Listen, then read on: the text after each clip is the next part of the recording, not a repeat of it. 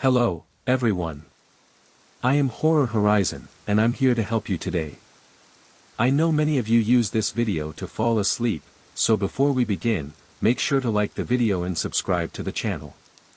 Also, let me know in the comments where you're from and what time you're watching right now. Get comfortable, relax, and let's dive into a story that might just keep you awake tonight.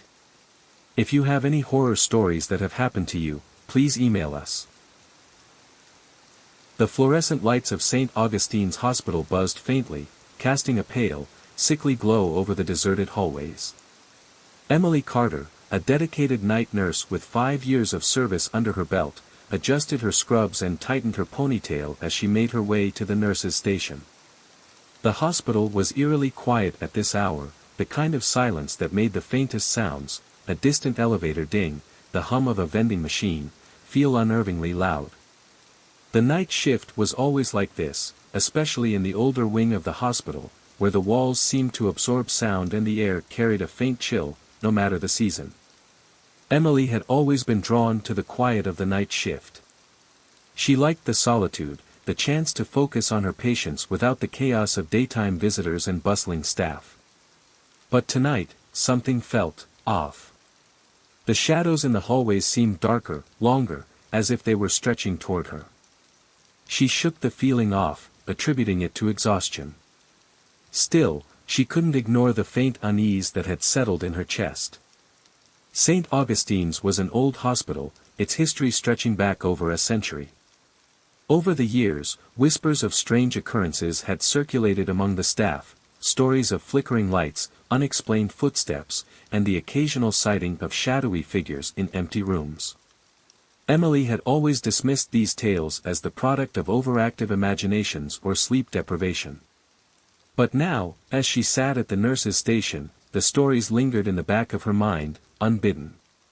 She glanced down the hallway toward room 304, a room that had been vacant for weeks. It was odd, really. In a hospital that was often at capacity, room 304 seemed perpetually empty, as if no one wanted to admit a patient there. Emily had never questioned it before, but tonight, the closed door seemed to beckon her, its silence almost accusing. The clock on the wall ticked loudly, each second stretching longer than the last. Emily busied herself with paperwork, trying to shake the growing sense of dread. But then, out of the corner of her eye, she saw it, a flicker of movement near room 304. Her head snapped up, her heart pounding.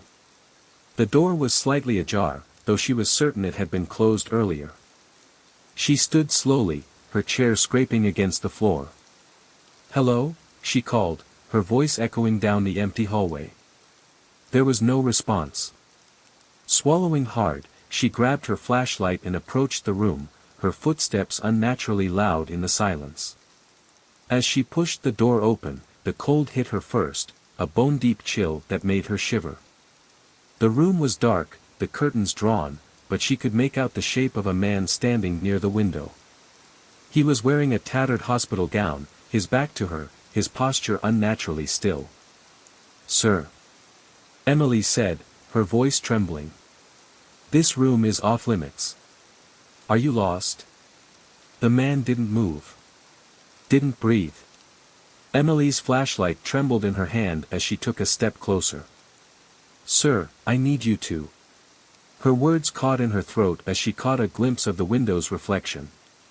The man's face was twisted, grotesque, his features distorted as if they had been melted and stretched. His eyes, black and hollow, locked onto hers in the reflection. Emily stumbled back, her flashlight clattering to the floor. When she looked up, the man was gone. The room was empty, the air still and cold. But the image of his face burned in her mind, a haunting reminder that the stories about St. Augustine's might not be just stories after all. Emily's breath came in shallow gasps as she backed out of room 304, her heart pounding so loudly it seemed to echo in the empty hallway. She fumbled for her flashlight, her hands shaking as she scooped it up from the floor. The beam of light darted around the room, but there was no sign of the man in the tattered gown. The bed was neatly made, the curtains hung still, and the air was heavy with an unnatural silence. Get a grip, Emily, she muttered to herself, though her voice sounded small and unconvincing. She stepped back into the hallway, pulling the door shut behind her. Her fingers lingered on the handle for a moment, as if she half expected it to yank open again. But it remained still, the polished metal cold against her skin. She hurried back to the nurse's station, her footsteps quick and uneven. The rational part of her mind tried to explain away what she had seen: stress, fatigue, a trick of the light. But the image of that distorted face in the window's reflection refused to fade. It had felt too real, too deliberate. The rest of her shift passed in a blur. Emily jumped at every sound, her nerves frayed.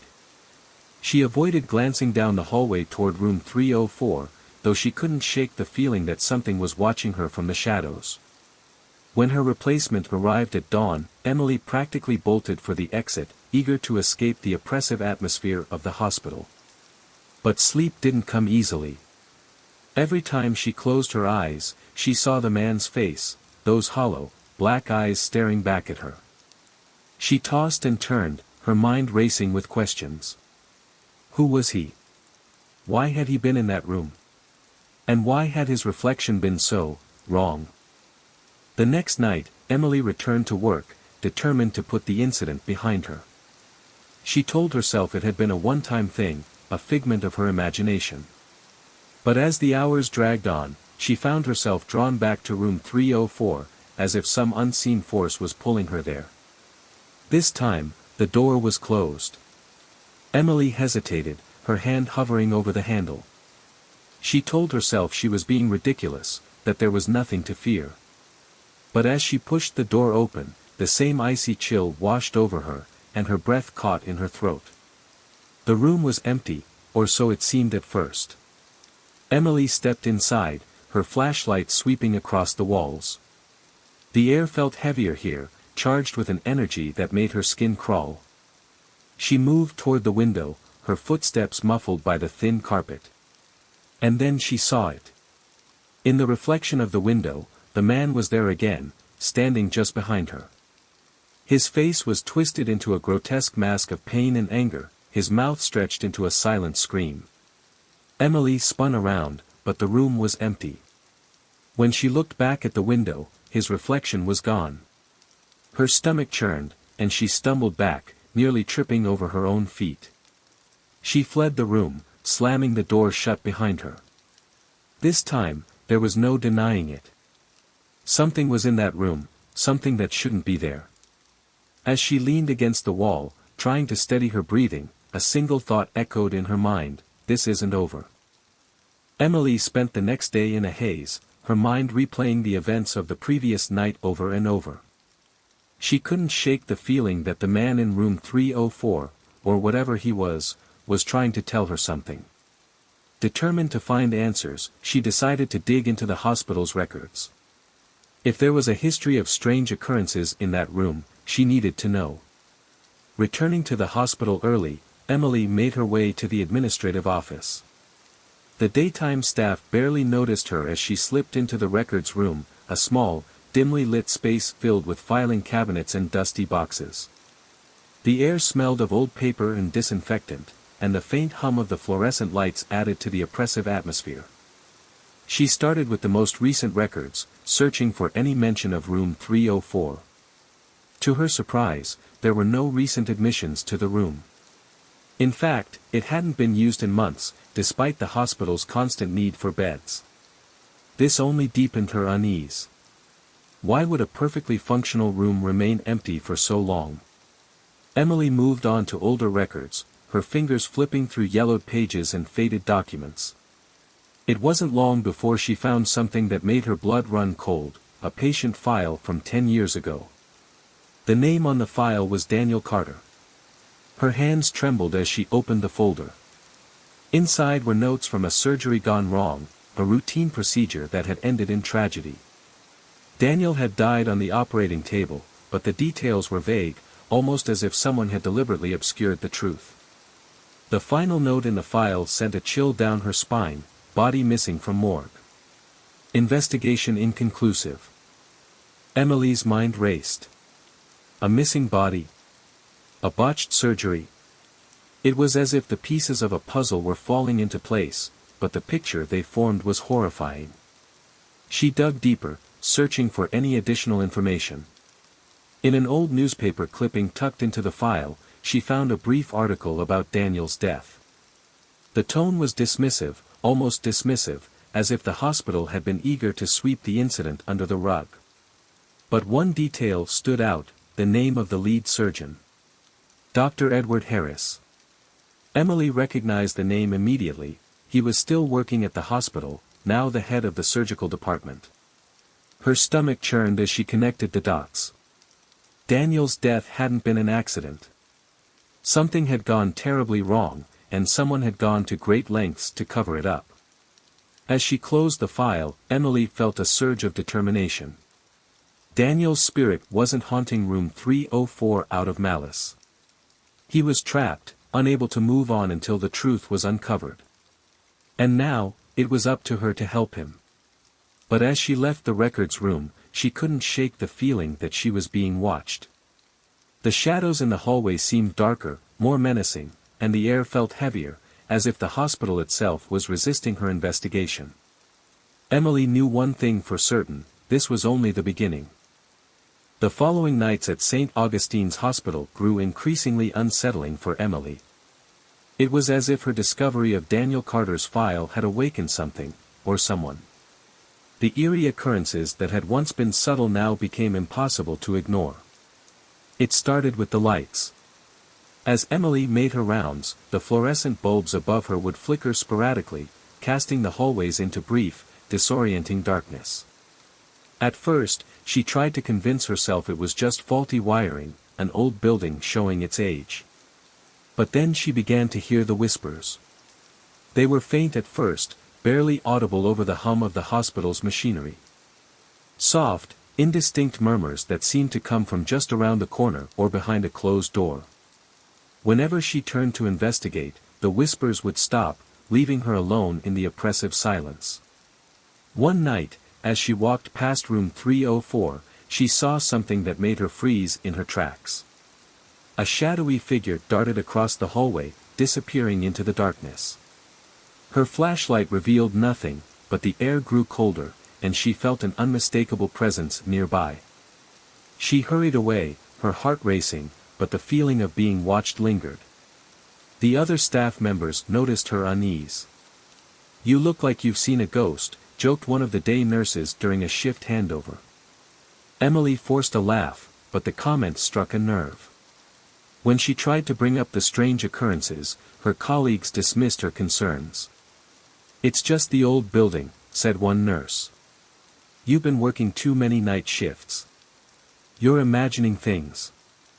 But not everyone was so dismissive.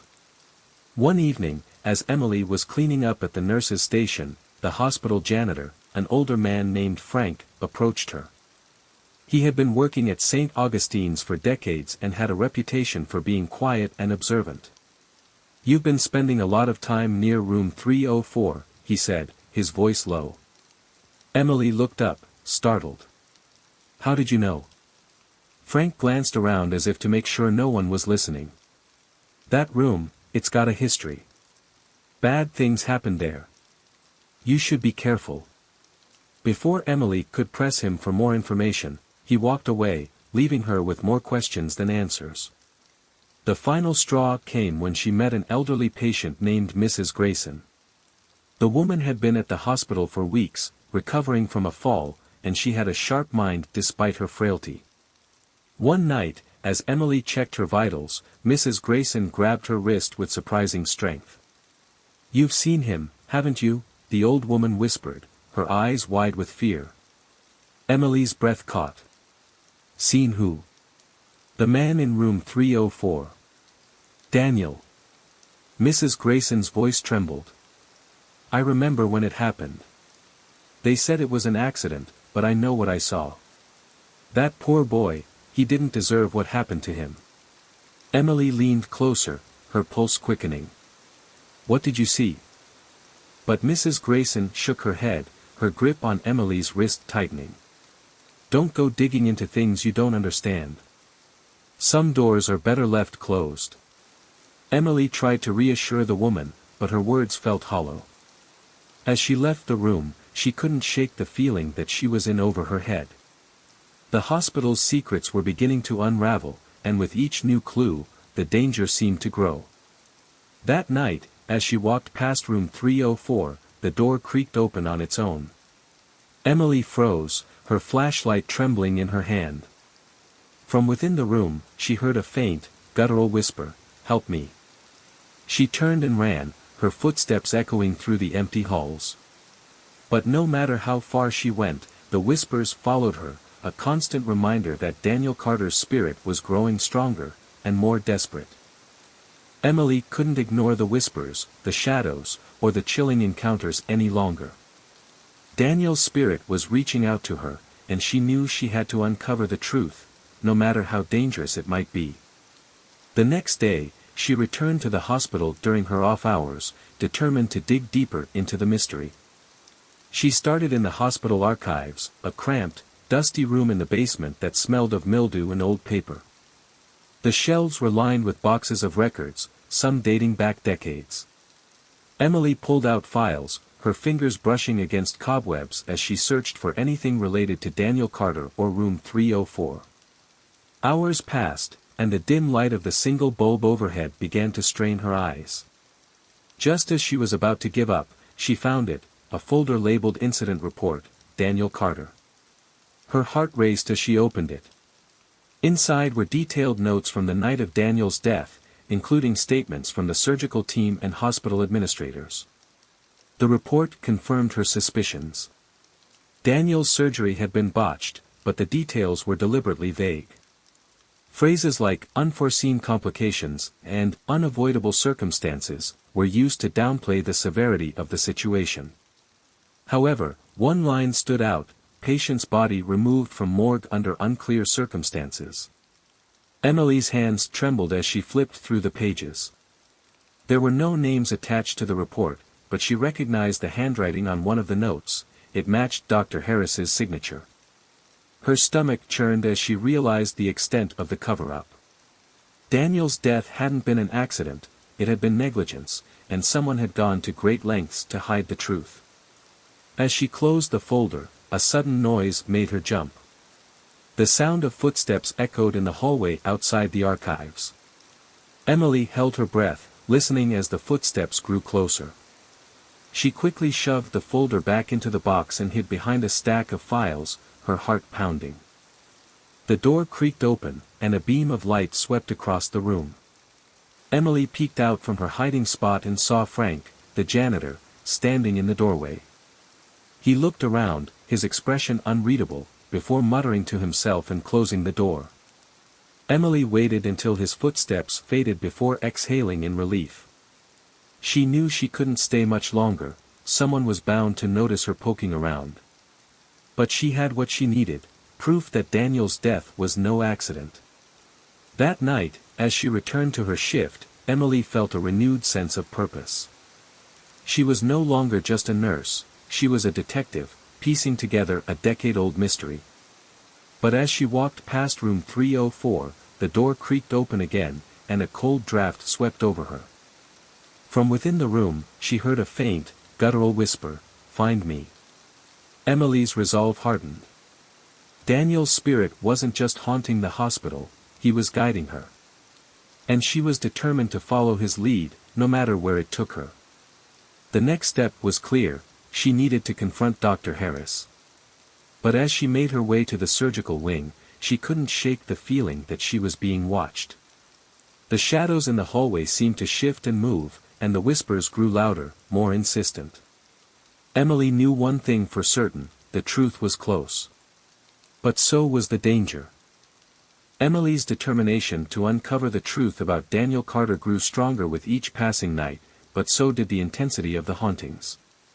It was as if Daniel's spirit knew she was getting closer, and his presence became more aggressive, more desperate.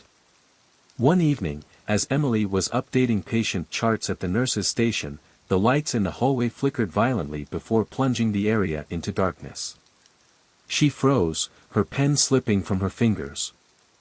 The emergency backup lights clicked on, casting an eerie red glow over the corridor. From the shadows, she heard a low, guttural groan that sent chills down her spine. "Daniel?" she whispered, her voice barely audible. The groan grew louder, morphing into a distorted voice that seemed to come from all directions at once. They lied. Emily's heart raced as she grabbed her flashlight and stepped into the hallway.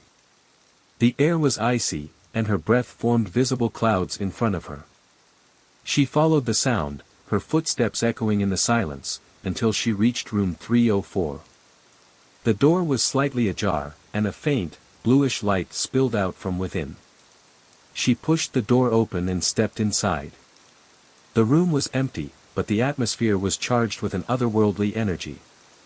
On the window, frost had formed intricate patterns, and in the center, words were etched into the glass, "Find my body."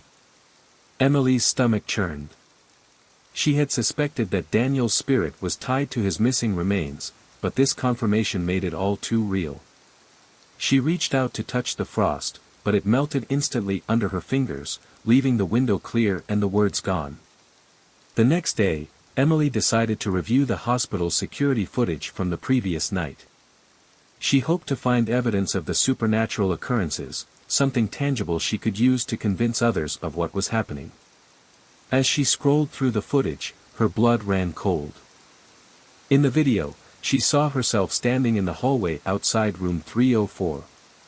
But behind her, barely visible in the shadows, was the figure of a man in a tattered hospital gown. His face was distorted, his eyes hollow, and his mouth twisted into a silent scream. The figure reached out toward her, but the footage glitched, and he disappeared. Emily's hands trembled as she replayed the clip. This was no trick of the light or figment of her imagination. Daniel's spirit was real, and he was growing stronger. That night, Emily's nightmares began. She dreamed of Daniel's final moments, vivid and horrifying.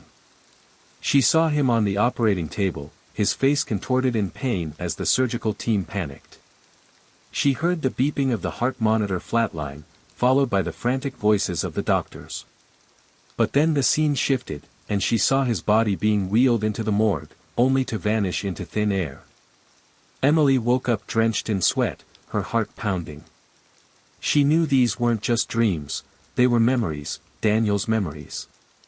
He was showing her what had happened, guiding her to the truth. The next morning, Emily approached Frank, the janitor, again. This time, she was more direct. "Frank, I know you know something about room 304. Please, I need your help. Daniel's spirit is trapped, and I have to find his body to set him free." Frank hesitated, his eyes darting around as if he feared being overheard. Finally, he sighed and said, "There's a room in the basement, behind the morgue. It's locked, but I've seen Dr. Harris go in there late at night. I don't know what's inside, but if you're looking for answers, that's where you'll find them." Emily's pulse quickened. The basement. Of course. It was the one place she hadn't searched yet. As she made her way to the basement that night, the whispers followed her, growing louder and more urgent. "Find me, free me." Emily knew she was running out of time.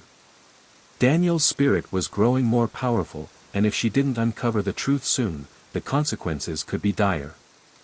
But as she descended the stairs into the dark, damp basement, she couldn't shake the feeling that she was stepping into a trap, one that had been set a decade ago. The basement of St. Augustine's Hospital was a labyrinth of dimly lit corridors and storage rooms, filled with the hum of machinery and the faint scent of mildew. Emily's flashlight cut through the darkness as she followed Frank's directions, her footsteps echoing off the concrete walls. The air grew colder with each step, and the whispers that had haunted her for weeks seemed to grow louder, more insistent. "Find me, free me." Emily's heart pounded as she reached the morgue. The heavy metal door creaked open, revealing a sterile, clinical space that sent a shiver down her spine. She moved past the rows of stainless steel drawers, each one marked with a number, until she reached the back wall. There, hidden behind a stack of old supply crates, was a door she had never noticed before. The door was locked, but the keyhole was rusted, and the hinges looked old and brittle. Emily glanced around, her flashlight catching the glint of a crowbar leaning against the wall. She grabbed it and wedged it into the doorframe, using all her strength to pry it open. With a loud groan, the door gave way, revealing a narrow, dark passage.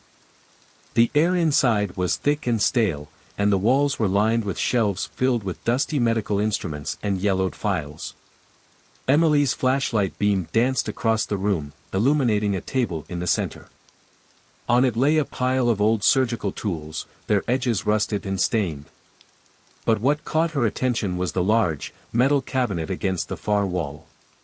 Its doors were sealed with a heavy padlock, but the lock was old and corroded. Emily grabbed the crowbar again and smashed it against the lock. After a few strikes, it broke apart, and the cabinet doors swung open. Inside was a single, unmarked body bag. Emily's hands trembled as she unzipped the bag, revealing the skeletal remains of a man in a tattered hospital gown. The fabric was stained and decayed, but the name on the gown was still visible, Daniel Carter. Her breath caught in her throat. This was it, the missing piece of the puzzle. Daniel's body had been hidden here all along, sealed away to keep the truth buried. As she stared at the remains, the temperature in the room plummeted. The whispers grew into a deafening roar, and the lights flickered wildly. Emily turned around, her flashlight beam sweeping across the room, and there he was. Daniel's spirit stood before her, his form more solid than ever. His face was no longer distorted, but his eyes were filled with a deep, sorrowful anger. "Thank you," he whispered, his voice echoing in her mind. "But it's not over. He must pay." Emily nodded, her fear replaced by a steely resolve. She knew what she had to do. The next morning, Emily confronted Dr. Harris in his office. She placed the old surgical tools and the files she had found in the hidden room on his desk, her eyes locked on his. "I know what you did," she said, her voice steady. "Daniel Carter didn't die because of an accident. You botched his surgery, and then you hid his body to cover it up." Dr. Harris's face turned pale, but he quickly composed himself. "You don't know what you're talking about," he said, his voice cold. "Those records are old, and you have no proof." But before Emily could respond, the lights in the office flickered, and the temperature dropped. Daniel's spirit appeared behind Dr. Harris, his form towering and menacing. The surgeon turned, his eyes widening in terror as he saw the ghostly figure. "You took my life," Daniel's voice boomed, filling the room. "Now you will face the truth." Dr. Harris stumbled back, his composure shattered. I didn't mean to. It was an accident. I panicked, and I couldn't let anyone know." Emily watched in stunned silence as Daniel's spirit loomed over the surgeon, his presence forcing a confession. Security cameras in the hallway captured the entire scene, and within hours, the hospital administration was forced to take action. As the truth came to light, Emily felt a sense of closure. But she knew one thing remained: Daniel's spirit could finally rest. The hospital was in chaos. Dr. Harris's confession, captured on security footage and witnessed by several staff members, sent shockwaves through St. Augustine's. Administrators scrambled to contain the fallout, but the truth was out: Daniel Carter's death had been no accident, and the cover-up had been deliberate. Emily stood in the hallway outside Dr. Harris's office, her arms crossed as she watched the scene unfold. The surgeon was escorted out by security, his face pale and his hands trembling. He glanced at Emily as he passed, his eyes filled with a mixture of fear and resentment, but she held his gaze, unflinching. "You did the right thing," said a voice beside her. Emily turned to see Frank, the janitor, standing there. His usual gruff demeanor was softened by a look of respect. "I didn't do it alone," Emily replied, her voice quiet. "Daniel, he guided me. He just wanted justice." Frank nodded, his eyes distant. "I always knew something wasn't right about that room. But I never had the courage to dig deeper." You're braver than most, Emily. As the commotion died down, Emily made her way back to the basement. She knew there was one final task to complete. With the help of a few trusted colleagues, she arranged for Daniel's remains to be properly removed from the hidden room. The hospital administration, eager to distance themselves from the scandal, agreed to cover the costs of a proper burial.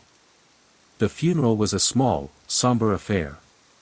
Emily attended, along with a handful of hospital staff who had known about Daniel's case. As the casket was lowered into the ground, Emily felt a strange sense of peace.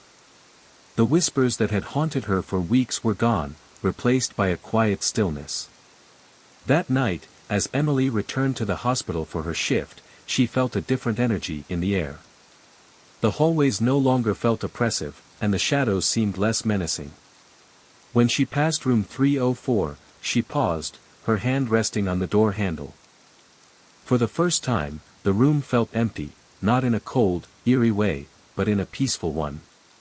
Emily opened the door and stepped inside. The air was still, and the window was clear, no trace of frost or distorted reflections. "Thank you, Daniel," she whispered. As she turned to leave, she felt a faint warmth brush against her shoulder, like a gentle hand. She smiled, knowing that Daniel's spirit was finally at rest. But as she walked away, she couldn't shake the feeling that something, or someone, was still watching over her. This time, though, it didn't feel threatening. It felt protective. Weeks turned into months, and life at St. Augustine's Hospital slowly returned to normal. Dr. Harris was dismissed, and the hospital implemented new protocols to ensure transparency and accountability. Room 304 remained empty, its door permanently closed, but the sense of dread that had once surrounded it was gone. Emily continued her work as a night nurse, forever changed by her experience. She occasionally felt a presence in the hallways, a faint warmth or a soft whisper, but it no longer frightened her. She knew it was Daniel, watching over her, grateful for what she had done. One night, as she sat at the nurse's station, she noticed a small, folded piece of paper on the desk. She opened it and found a single sentence written in shaky handwriting, "Thank you for setting me free." Emily smiled, folding the note and tucking it into her pocket. She knew the hospital's secrets were far from over, but for now, there was peace. And as she walked down the hallway, the lights flickered once, not in a menacing way, but in a familiar, almost comforting rhythm. Room 304 remained empty, but the hospital was no longer haunted. Or so it seemed. Months had passed since Daniel Carter's remains were laid to rest, and St. Augustine's Hospital had settled into a new rhythm. The scandal surrounding Dr. Harris had faded from the headlines, and the staff had moved on, though the memory of what had happened lingered like a faint shadow. Emily continued her work as a night nurse, her dedication to her patients stronger than ever. She had become something of a legend among the staff, though few dared to bring up the events surrounding room 304. The room itself remained closed, its door locked and a small plaque affixed to it, "Out of service." No one questioned why.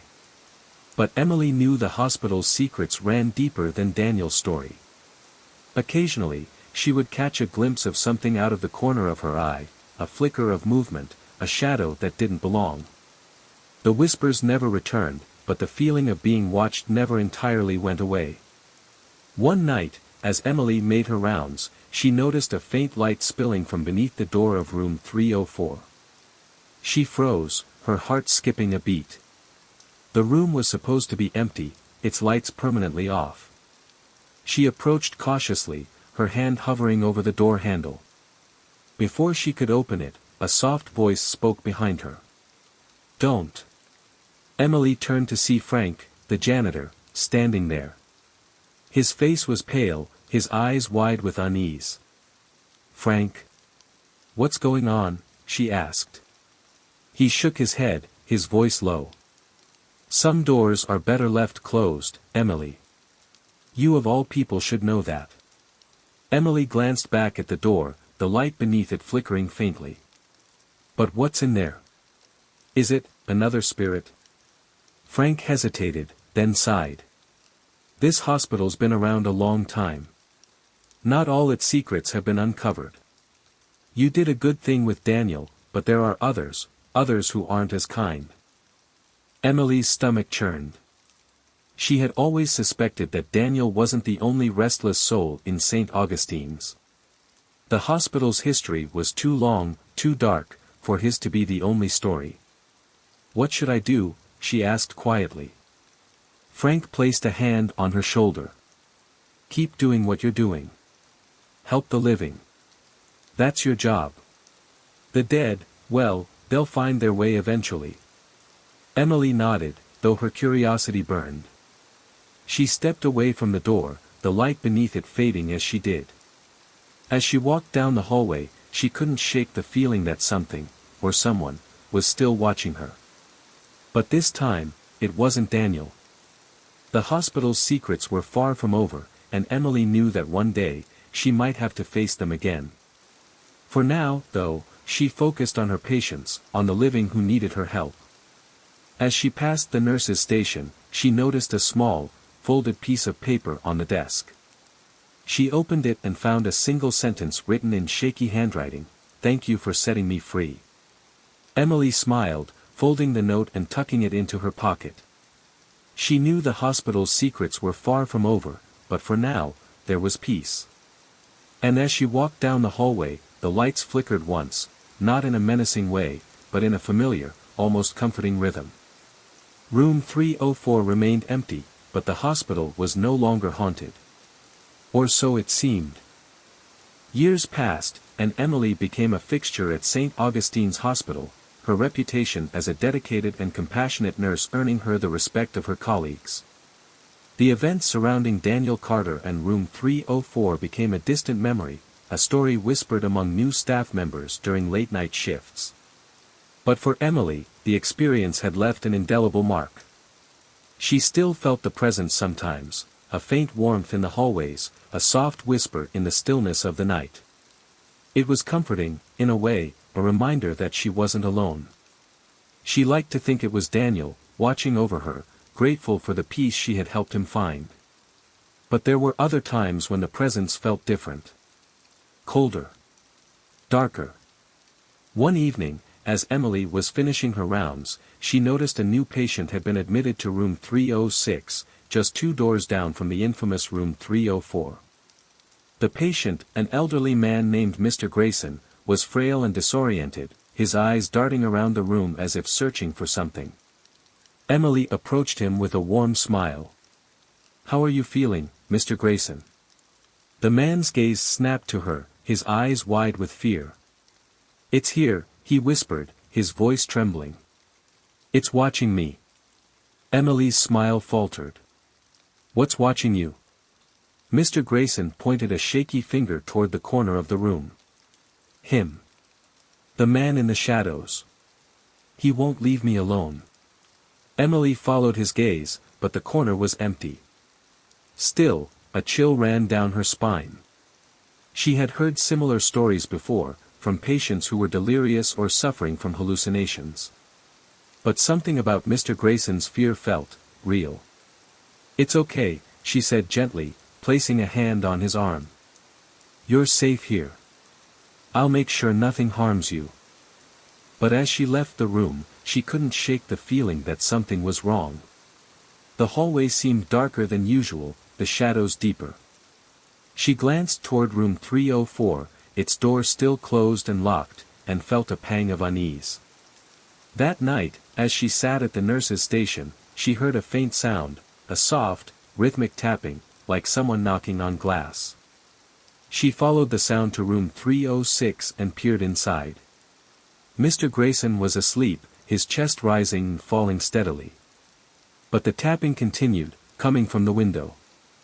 Emily stepped closer, her heart pounding. The window was closed, the curtains drawn, but the tapping grew louder. She reached out and pulled the curtains aside, her breath catching in her throat. Scratched into the glass were 2 words, "Help me." Emily stumbled back, her mind racing. She knew what she had to do. Grabbing her flashlight, she made her way to the basement, to the hidden room where she had found Daniel's remains. The door was still there, though it had been sealed shut after the investigation. As she approached, the air grew colder, and the whispers returned, faint, but unmistakable. "Find me, free me." Emily hesitated, her hand hovering over the crowbar she had brought with her. She knew what lay beyond that door, the secrets that had been buried for decades. But she also knew the risks. Taking a deep breath, she pried the door open and stepped inside. The room was just as she remembered it, the shelves lined with dusty medical instruments and yellowed files. But this time, there was something new, a faint, bluish light emanating from the far corner. Emily followed the light, her flashlight beam cutting through the darkness. In the corner, she found a small, rusted box. Inside was a collection of old photographs and documents, each one detailing a patient who had died under mysterious circumstances at St. Augustine's. As she flipped through the files, she realized the truth: Daniel Carter was just one of many. The hospital's dark history stretched back decades, filled with stories of negligence, cover-ups, and restless spirits. The whispers grew louder, more insistent.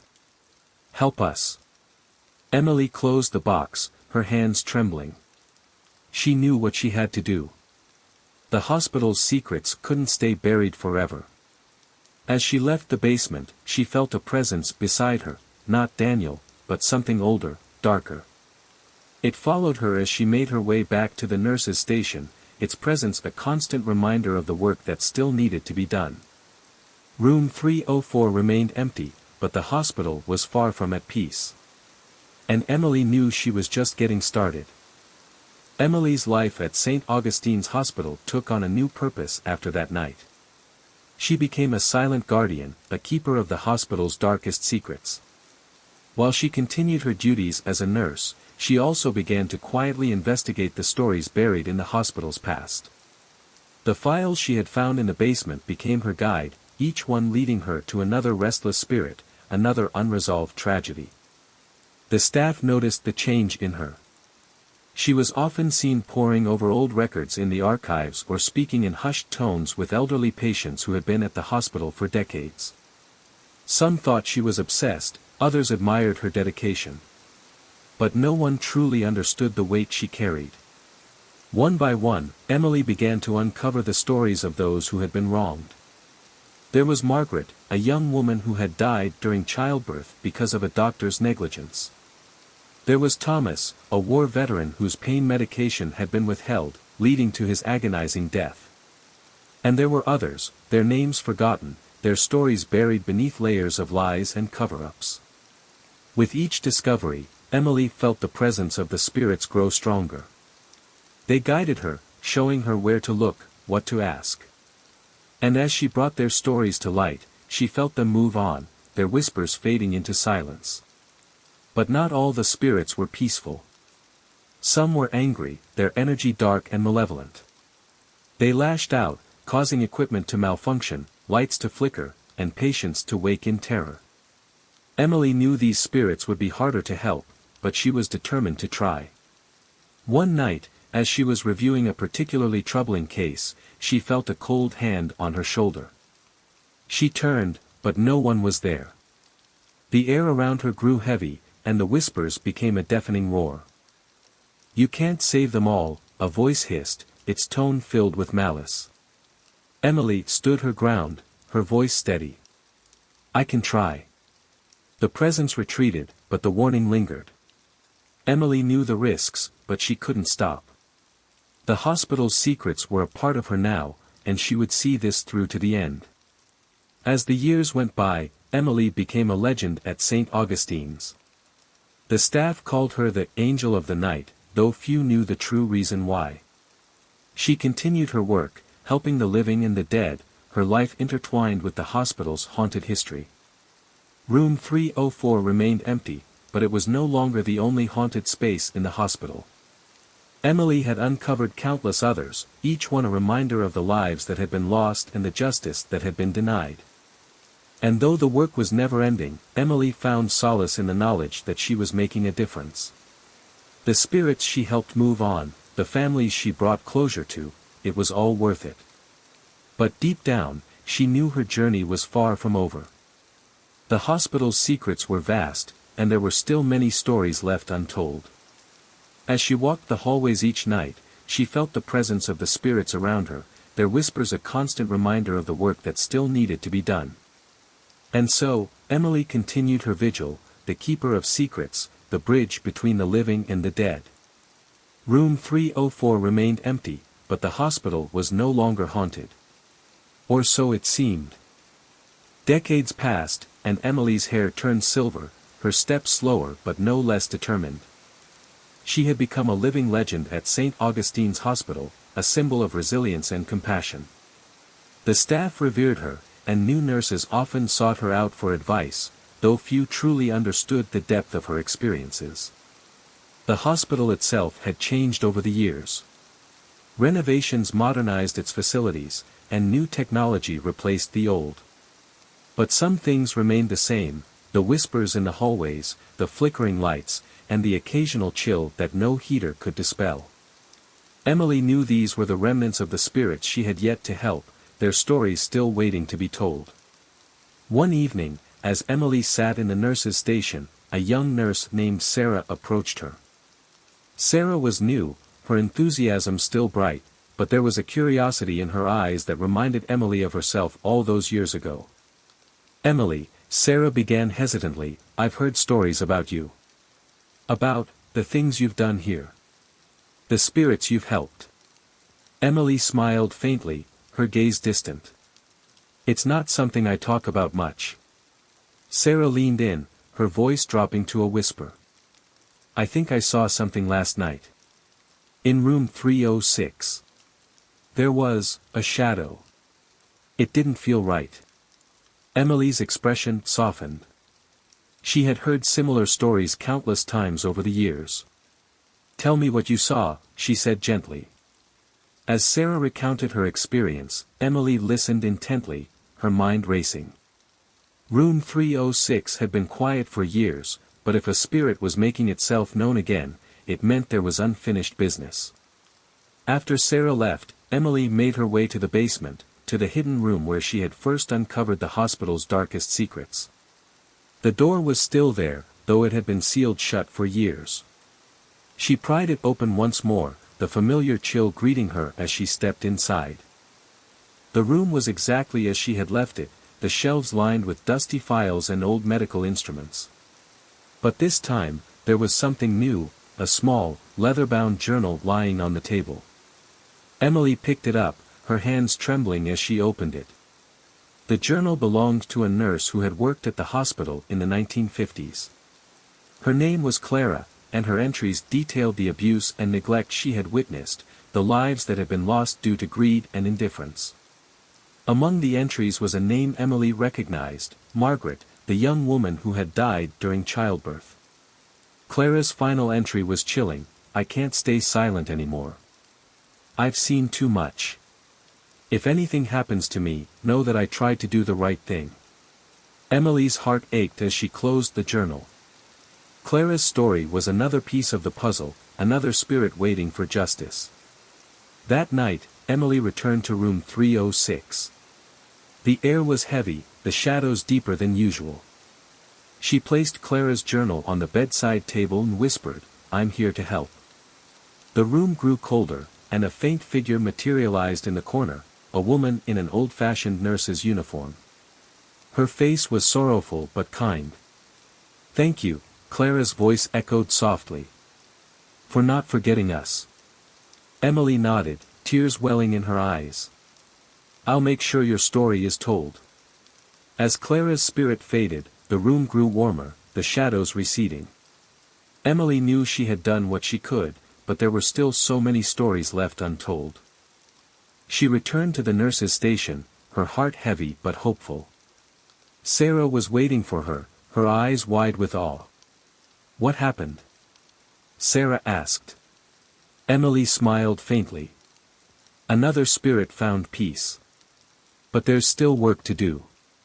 Sarah hesitated, then said, "Can I help? I want to learn. I want to do what you do." Emily studied the young nurse, seeing the same determination she had once felt. It's not an easy path, she warned. But if you're willing, I'll teach you. And so, Emily's legacy continued. She passed on her knowledge, her compassion, and her determination to Sarah and others who followed. Together, they worked to bring peace to the restless spirits of St. Augustine's, ensuring that no story was forgotten. Room 304 remained empty, but the hospital was no longer haunted. Or so it seemed. For Emily, the work was never truly done. And as long as there were spirits in need of help, she would be there to guide them home. Years turned into decades, and Emily's time at St. Augustine's Hospital came to an end. She retired quietly, her legacy etched into the very walls of the institution she had served for so long. The staff threw her a small farewell party, but Emily's mind was elsewhere. She knew her work wasn't finished, even if she was no longer walking the halls every night. Before she left, she handed Sarah a worn leather-bound journal, the same one she had found in the basement years ago. "This is for you," Emily said, her voice soft but firm. "It's not just a record of the past. It's a guide for the future. Keep it safe." Sarah nodded, her eyes filled with determination. "I will. I promise." Emily smiled, a sense of peace settling over her. She had done what she could, and now it was time to pass the torch. But as she walked out of the hospital for the last time, she felt a familiar presence beside her. She turned, expecting to see Sarah or one of the other nurses, but the hallway was empty. Then she heard it, a soft, familiar whisper. "Thank you."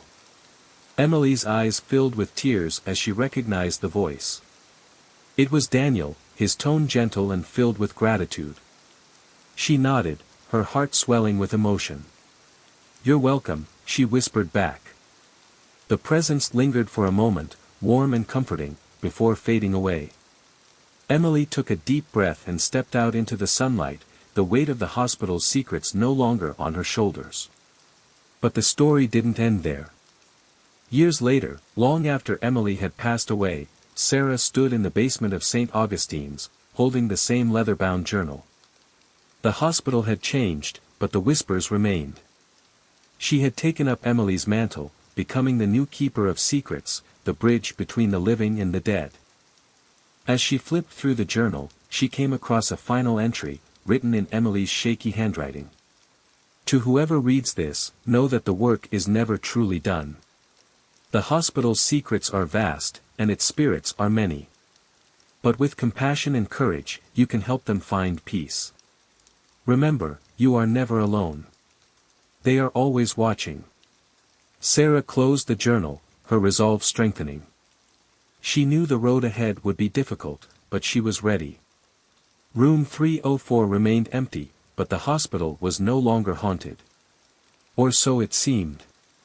For as long as St. Augustine stood, there would always be stories to uncover, spirits to guide, and secrets to unravel. And there would always be someone willing to listen, to help, and to remember. Emily's legacy lived on, a beacon of hope in the darkness. And the whispers in the hallways?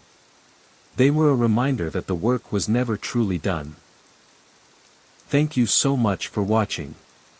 If this story sent chills down your spine or made you believe in the unseen, don't forget to give this video a thumbs up and share it with your friends.